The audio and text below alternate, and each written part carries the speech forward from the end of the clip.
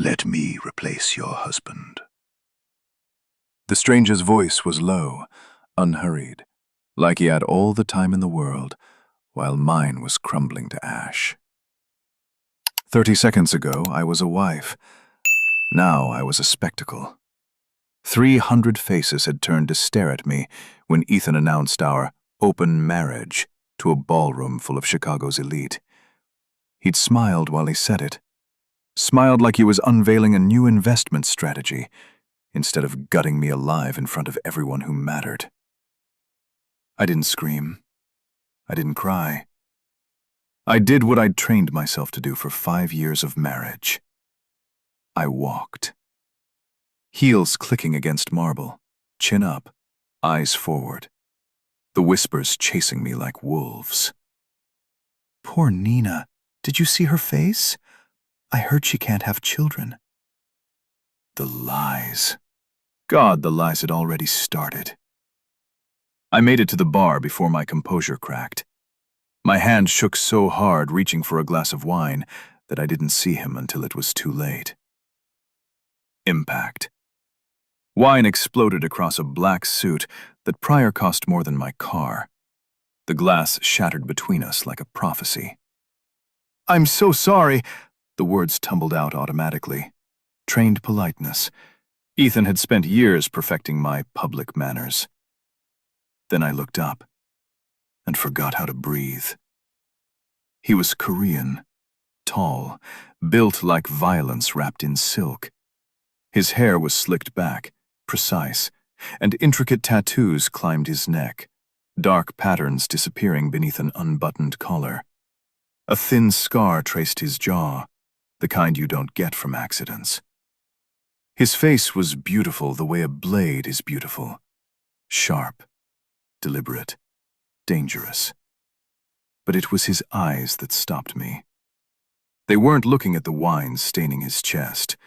They were looking at me, like he'd been waiting. Behind me, I heard Ethan's voice, panicked, cracking in a way I'd never heard. Nina, step away from him. Now! The stranger's gaze shifted over my shoulder, and something cold flickered there. Recognition. Contempt. The kind of look predators give prey that's wandered too close to the edge. Your wife is covered in wine, the stranger said calmly. Perhaps you should worry about her instead of me. Ethan went pale. Actually pale. My confident, controlling husband, the man who just humiliated me in front of 300 people, looked afraid. The stranger turned back to me. When he spoke, his voice was soft, almost gentle. You should never agree to disappear for someone who already replaced you. I should have walked away. I should have found my dignity and left. Instead, I said the first honest thing I'd spoken in years. He didn't replace me. He erased me. Something shifted in the stranger's eyes. Interest, calculation, and underneath, something almost like recognition. Then let me replace your husband. My name is Nina Carter. 24 hours ago, I was a wife.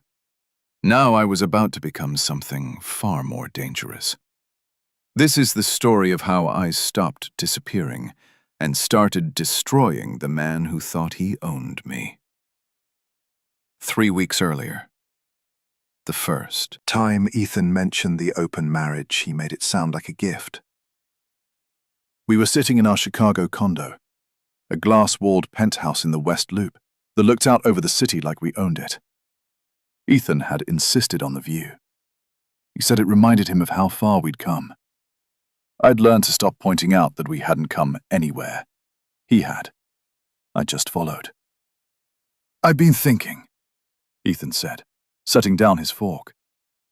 We were eating salmon he'd had catered from Alinea, because Ethan didn't cook, and apparently neither did I anymore.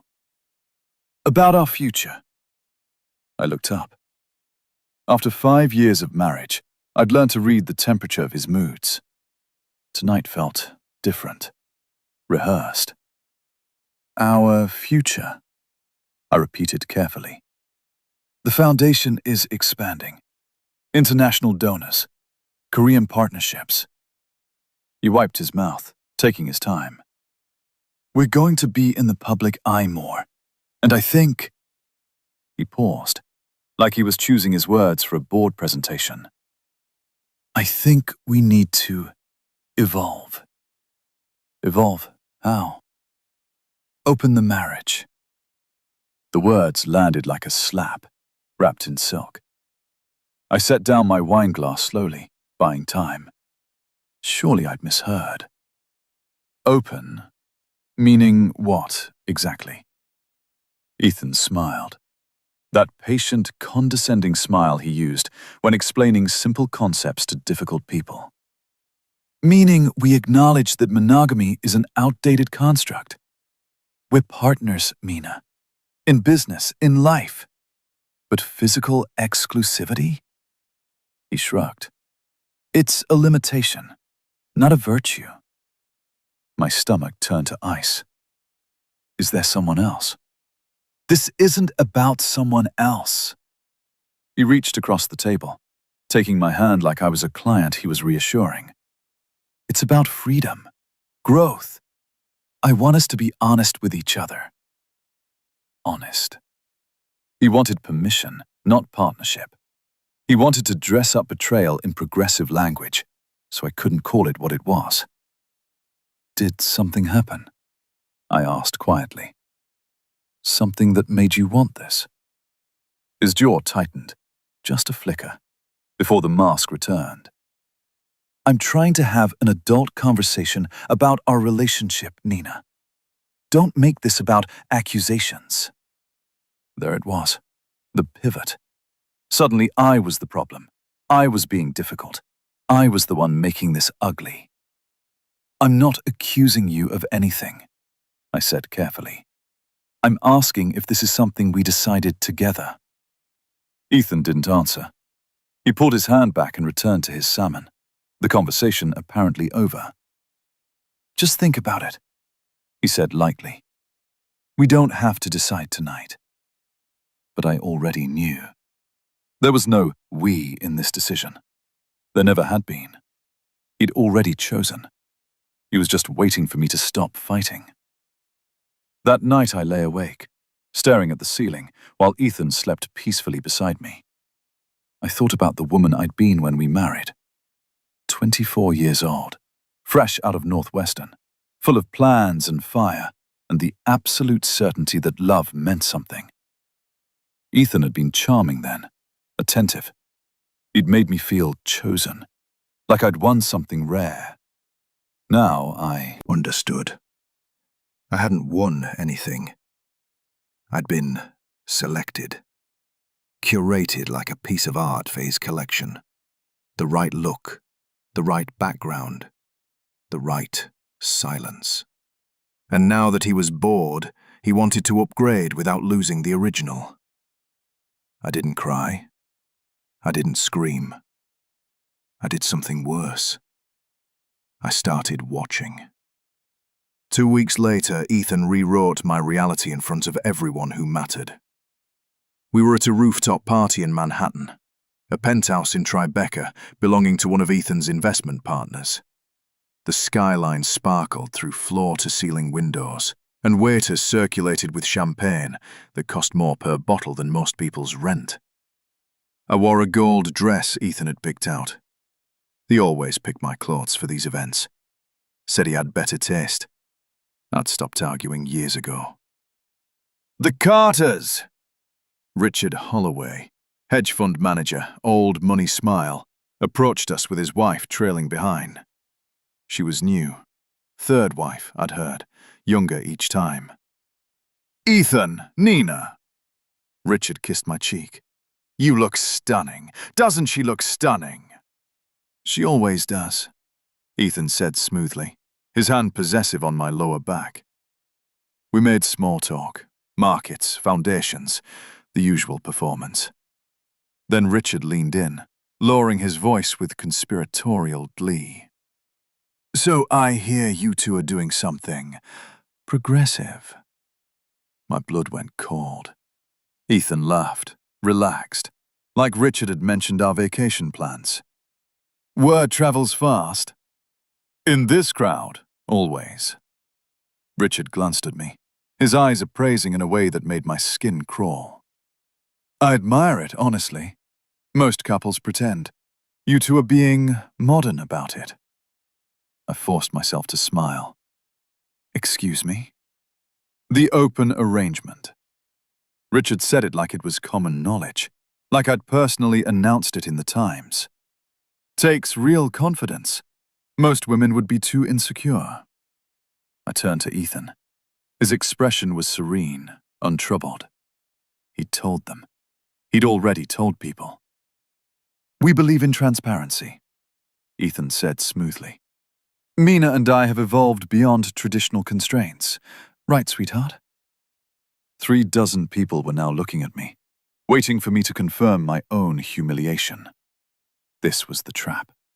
If I disagreed, I was the jealous wife, the unstable one, the woman who couldn't handle her husband's honesty. If I agreed, I accepted a narrative I'd never consented to. Ethan and I are exploring what works for us, I heard myself say. The words tasted like ash. Ethan kissed my temple. That's my girl. For the rest of the night I felt the stares, the whispers, the assessments. Women looked at me with pity, the kind reserved for women who'd lost something they couldn't admit losing. Men looked at me with speculation, like I was suddenly available, like the rules that protected wives from their gaze had been lifted. Mrs. Chen, a real estate heiress who'd known my mother, pulled me aside near the bathroom. Nina, darling. Her voice dripped false sympathy. Are you all right? I'm fine. Because if you need someone to talk to... She squeezed my arm. These arrangements never favor the wife. You know that, don't you? I extracted myself with practiced grace and found a quiet corner of the balcony. The city spread below me, millions of lives, millions of stories, and I realized something devastating. Ethan hadn't just proposed an open marriage. He'd announced it, made it fact before I could choose.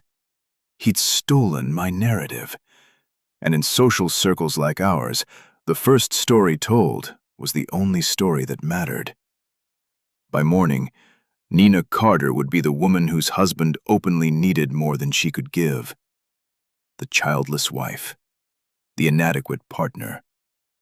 The story was already written. I just hadn't been given a pen. I left on a Tuesday. No screaming, no confrontation. I waited until Ethan flew to San Francisco for a conference, then packed 2 suitcases and called my college roommate, Maya. I need a place to stay, I said. In Brooklyn, somewhere he won't think to look. Maya didn't ask questions. She'd never liked Ethan, called him a TED Talk sociopath at our wedding. I should have listened. Her apartment in Bushwick was small, 1 bedroom that she surrendered to me despite my protests. Exposed brick, noisy pipes, a fire escape view of a bodega that played salsa until midnight. It was perfect. The first 3 days, I didn't tell anyone. I let Ethan's calls go to voicemail, let his texts pile up, first annoyed, then confused, then furious. Where are you? This is childish, Nina. We need to talk. Call me. I'm worried about you. That last one almost made me laugh. Worried. Like I was a misplaced accessory. On day 4, I sent a single text. I need space. I'll be in touch when I'm ready. His response was immediate. This is unacceptable. You don't get to disappear. But that was exactly what I'd done. For 90 days, I disappeared. I got a job at a gallery in Dumbo. Entry level, barely above minimum wage, completely beneath the MBA I'd earned and never used, because Ethan thought working wives looked desperate. I ate bodega sandwiches, drank cheap wine, walked the Brooklyn Bridge at sunrise when the tourists were still sleeping. I remembered who I'd been before I became Mrs. Carter. Maya watched me carefully those first weeks. She didn't push, but one night over Thai takeout, she asked the question I'd been avoiding. "Are you going to divorce him?" I stabbed at my pad Thai. "I don't know." "Nina," she set down her chopsticks. "He humiliated you, publicly, repeatedly." "I know." "Then why is this even a question?" I couldn't explain it.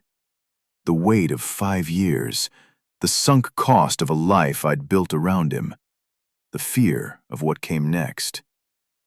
"Because divorce means admitting I failed," I finally said. "And everyone already thinks I'm the problem." Maya's eyes softened. "Leaving isn't failing, babe. Staying when you shouldn't? That's failure." She was right. I knew she was right.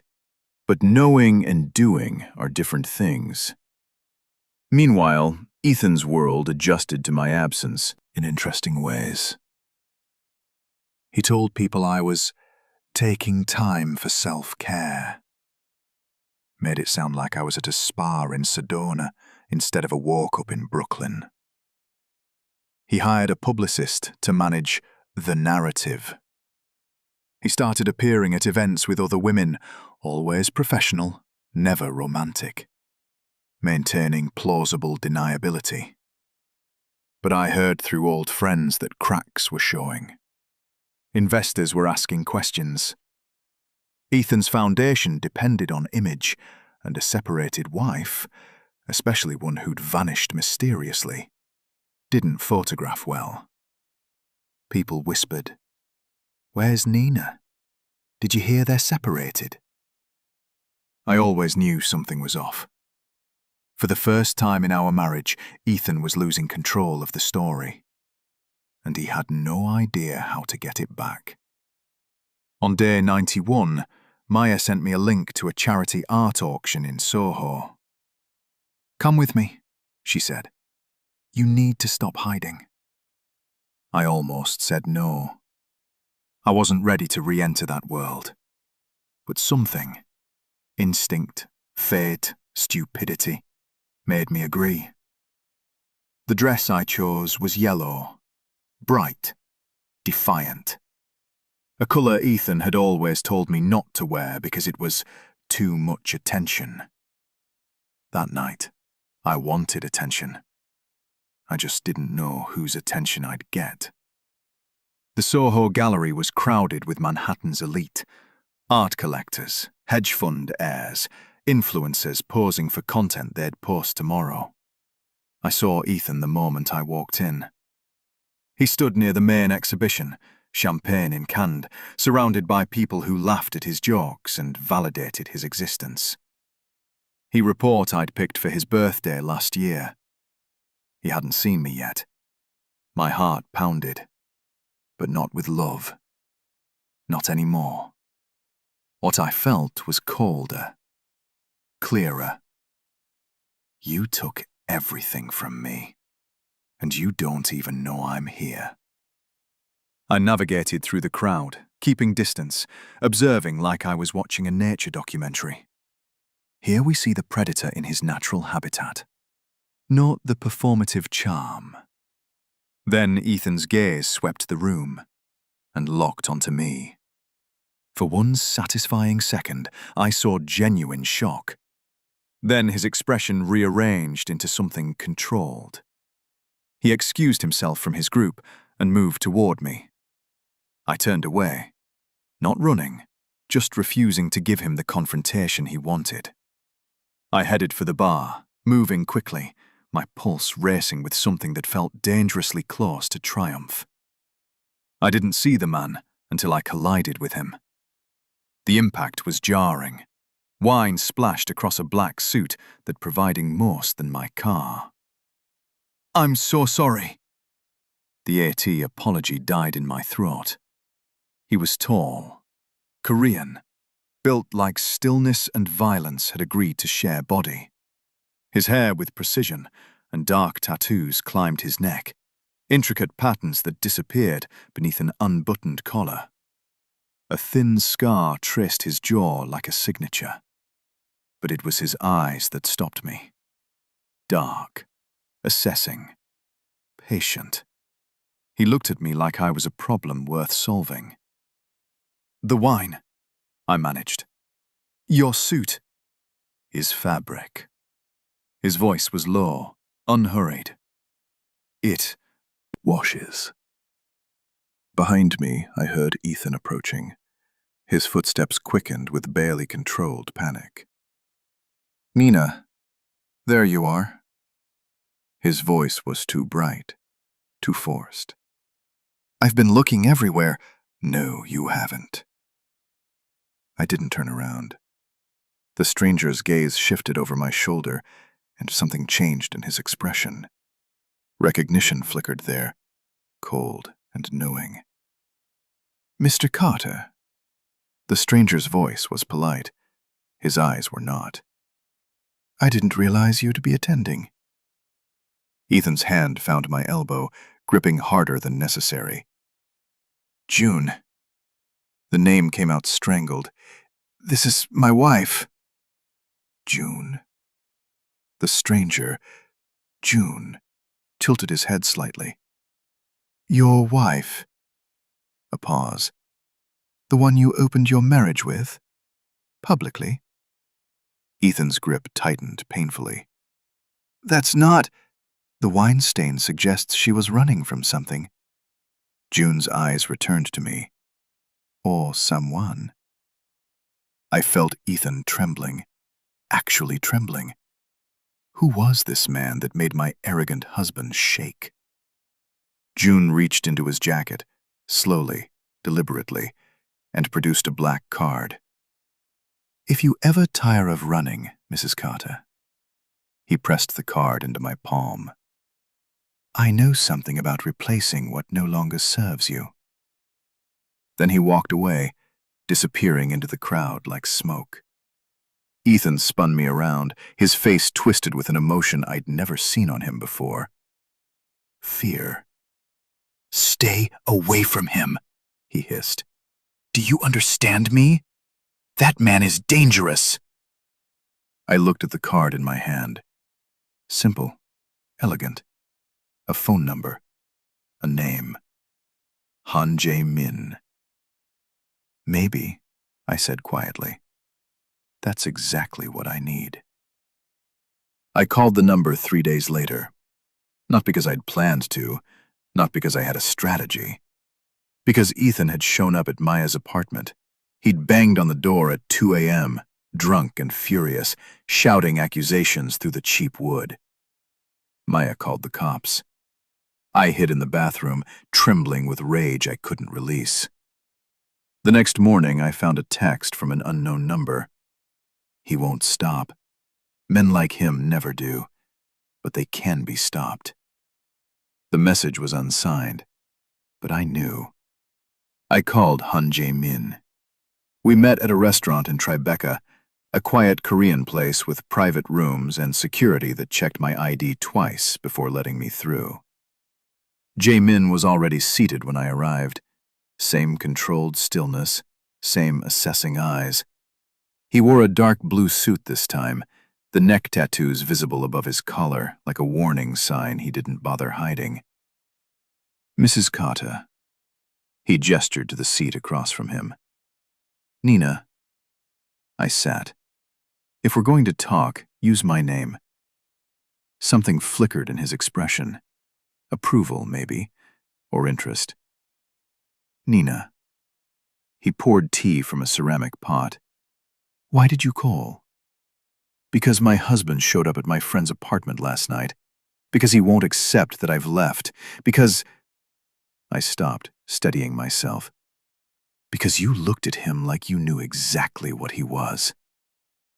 Jae-min set down the teapot. "What do you know about your husband's business?" "His foundation. International philanthropy. Korean-American partnerships." The surface. Jamin's voice was even. Underneath, Ethan Carter launders money through shell organizations connected to interests that have cost my family considerably. I processed this slowly. You're saying Ethan is a criminal? I'm saying your husband believes he's untouchable because he plays both sides. Jamin's eyes held mine. He cultivates legitimacy while profiting from its opposite. And he assumed you were too naive to notice. My mind raced through years of unexplained meetings, overseas trips, accounts I'd never been allowed to see. What do you want from me? Proximity. The word was deliberate. Your husband is paranoid about me specifically. If you're seen with me, publicly, frequently, he'll unravel. Men like Ethan require control above all else, and you, Nina, represent something he cannot control. You want to use me. I want to offer you an exchange. Jamin leaned forward slightly. You appear beside me at events. I ensure your husband's attention remains fixated on managing that threat rather than hunting you. Eventually, his desperation creates mistakes. Mistakes create consequences. And what do I get?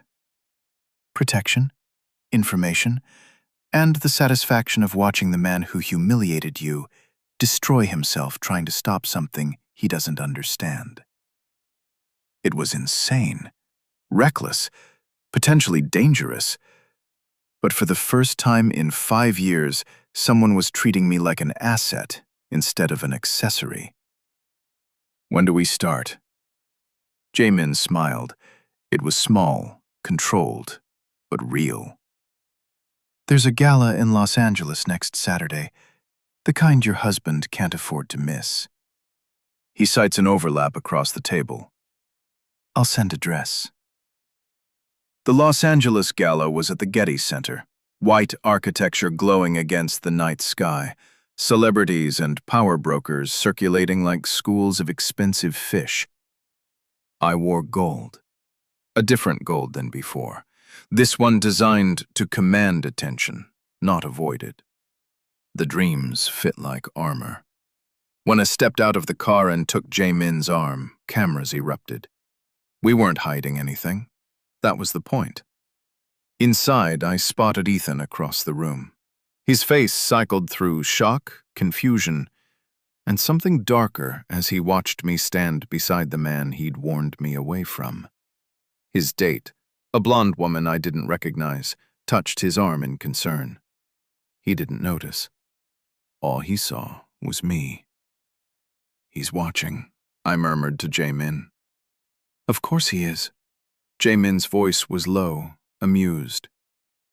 You're no longer playing his game, Nina. You're playing yours. For the first time in years, I felt powerful. And that feeling was more dangerous than any man in this room. Miami, New York, San Francisco, London. For 6 weeks, I appeared beside Han Jae-min at events across the world. Photographers captured us at crypto auctions, exclusive dinners, private gallery openings. Every image was calculated, every appearance deliberate. The tabloids couldn't decide what we were. Mystery woman spotted. With logistics tycoon Nina Carter steps out post-separation. Who is Han Jae-min's new companion? Ethan's responses escalated predictably. First came the lawyers, cease and desist letters threatening defamation suits that had no legal ground. Then came the apologies, flowers delivered to Maya's apartment, voicemails full of manufactured remorse. I miss you, Nina. Let's talk. We can fix this. Finally, the threats. A package arrived at the gallery where I worked. Photographs of Jae-min with redacted documents, anonymous warnings about dangerous associations. I showed them to Jae-min that evening over dinner in Brooklyn. He barely glanced at them. Your husband is more desperate than I anticipated. He set the photos aside. which means it's time for you to learn what he's most desperate to hide. He slid a folder across the table. Inside, medical records. Correspondence between Ethan and a fertility clinic in Chicago. Documents stamped with dates, signatures, clinical notations. I read slowly. Each page turned heavier than the last. When I finished, I couldn't speak. He told me I was infertile. I finally managed. He told me for 4 years, but I couldn't. The records show otherwise. Jamin's voice was gentle in a way I hadn't heard before. You were never the problem, Nina. Ethan falsified the reports to conceal his own condition. He made you carry shame that belonged to him. I thought about every pitying glance, every whispered judgment, every moment I'd blamed my body for failing our marriage. It had been a lie. He was the lie. Why? My voice cracked. Why would he? Because admitting weakness would destroy the image he's built. Jamin leaned forward. Men like Ethan construct identities on control and perfection. Infertility threatened that construction, so he transferred the flaw to you. Rage flooded through me, clean and clarifying. I'd spent years apologizing for something that wasn't my fault, shrinking myself to accommodate his deception, believing I was broken because he was too weak to tell the truth. What do I do with this? I gestured at the folder. Whatever you want. Jamin's eyes met mine. Expose him. Confront him. File for divorce and use this as leverage. Or, he paused. Keep it. Let it inform every decision you make from here. I looked at the medical records. Proof of a lie that had shaped 5 years of my life. Ethan had taken so much from me. Now I had something of his.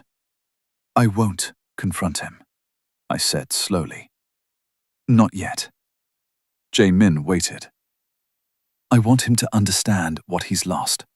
Not because I told him, but because he has to watch it happen. A smile crossed Jamin's face. Then perhaps we should discuss what happens next. It wasn't love. Not yet. What I felt for Han Jamin was something more complicated. Respect, curiosity, the strange intimacy of shared strategy. We'd spent weeks together. Dinners where we talked about everything except our arrangement. Long drives where silence felt comfortable instead of strained. Moments where I caught him watching me with something softer than calculation. But I wasn't naive. I knew who he was, what he controlled. The tattoos weren't decoration. They were history written on skin. One night in his Manhattan penthouse, I finally asked the question I'd been avoiding. What exactly do you do? Jamin set down his glass of whiskey. I move things. His voice was even. Cargo, money, information. Across borders, through ports, between interests that prefer discretion. That's a careful way of saying, I'm saying I operate in spaces where legality is negotiated, rather than assumed. His eyes held mine.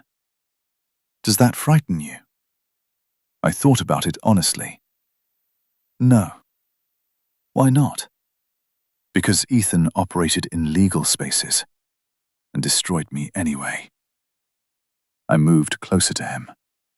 Maybe legitimacy isn't the protection everyone pretends it is. Something shifted in Jamin's expression. The controlled distance cracked, just slightly.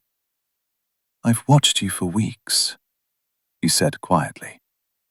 Watched you choose strategy over emotion, dignity over revenge. You walked away from your marriage without screaming because you understood that silence is sometimes the loudest weapon. What's your point? My point is that I stopped viewing this as purely transactional some time ago. He reached out, his fingers brushing my cheek. I want you to choose me knowingly, not out of revenge, Not as strategy, but because you see something here worth building. My heart hammered. This was the moment. The line between revenge and something else. I'm still married, I said. Technically. I'm using you to destroy my husband.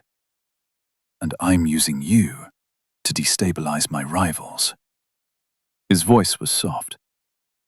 We understand each other perfectly. He was right. We did. I'd entered this arrangement looking for protection. But somewhere in the late nights and shared silences, something else had grown. Something that felt dangerously close to wanting. If I choose you, I said carefully, it won't be temporary. I know.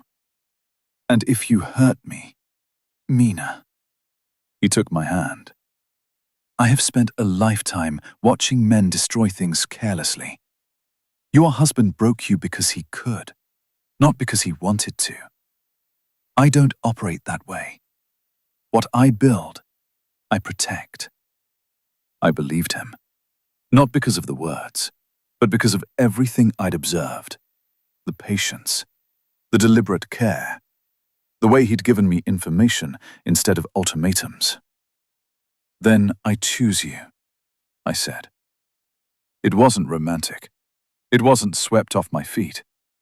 It was clear-eyed, intentional, and terrifying. Jae-min pulled me close. Then let's end your husband, he murmured against my hair. Together. The first domino fell in Chicago. An anonymous tip to federal investigators flagged irregularities in Ethan's foundation. Shell companies, falsified receipts, transactions that traced to interests under active surveillance. Within 2 weeks, his accounts were frozen pending investigation. Investors panicked. Board members resigned. The foundation that had been Ethan's crown jewel crumbled like wet paper. He called me 17 times the day the news broke. I didn't answer. The second domino fell in New York. A gossip column published the medical records, carefully redacted to protect my privacy, but devastating to his. Carter Foundation founder allegedly deceived wife about fertility issues. Source claims 5 years of medical gaslighting. The comments section was brutal. Women who'd experienced similar betrayals flooded social media with stories. #MeToo adjacent. #Nina deserved better. Ethan released a statement calling the accusations unfounded. No one believed him. The third domino fell at his own gala. The annual Carter Foundation benefit, still scheduled despite the investigations, became a spectacle of abandonment. Tables that normally sold for $50,000 sat empty. Former allies avoided eye contact. Even his parents, who'd flown in from Connecticut, left early. I watched it happen from Jae-min's apartment, streaming footage on my phone. How do you feel? Jae-min asked. I considered the question carefully. Empty. He raised an eyebrow. I thought watching him fall would feel like victory, I explained. But it's more like releasing something heavy. There's no triumph, just exhaustion. That's because revenge is consumption. He poured wine for both of us.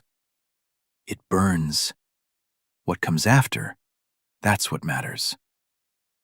I thought about what came after. Divorce papers had been filed. Lawyers were negotiating. The medical records gave me leverage I barely needed. Ethan was too busy fighting investigations to fight me. What comes after, I repeated quietly. Jae-min set down his glass. Marry me. I blinked. That's not romantic, I know. A rare smile crossed his face. But practical. You need protection from whatever desperation drives him next. I need someone who understands exactly who I am and chooses me anyway. This isn't how proposals work. It's how our proposal works. I laughed. Actually laughed for the first time in months. Ask me properly. He knelt. Right there in his penthouse, expensive suit meeting hardwood floor. Nina Carter, will you marry me? Not as revenge, not as strategy, but as the next chapter of something neither of us expected? I looked at this man. This dangerous, patient, calculating man who had given me back my power instead of taking it. Yes. We married in February. No spectacle, no 300 guests evaluating my dress, my smile, my silence.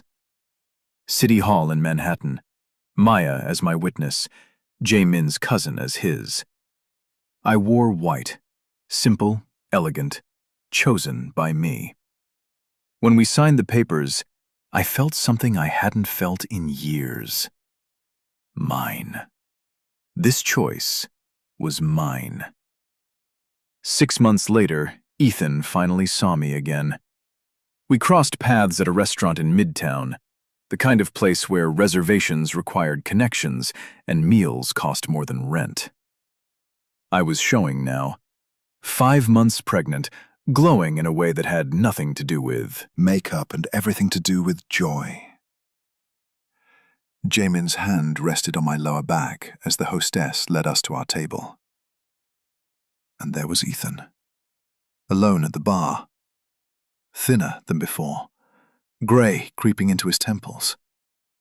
He looked like a man who'd learned that control was an illusion. Our eyes met. I watched recognition flicker across his face, then understanding, then something that looked almost like grief. He didn't approach, didn't speak.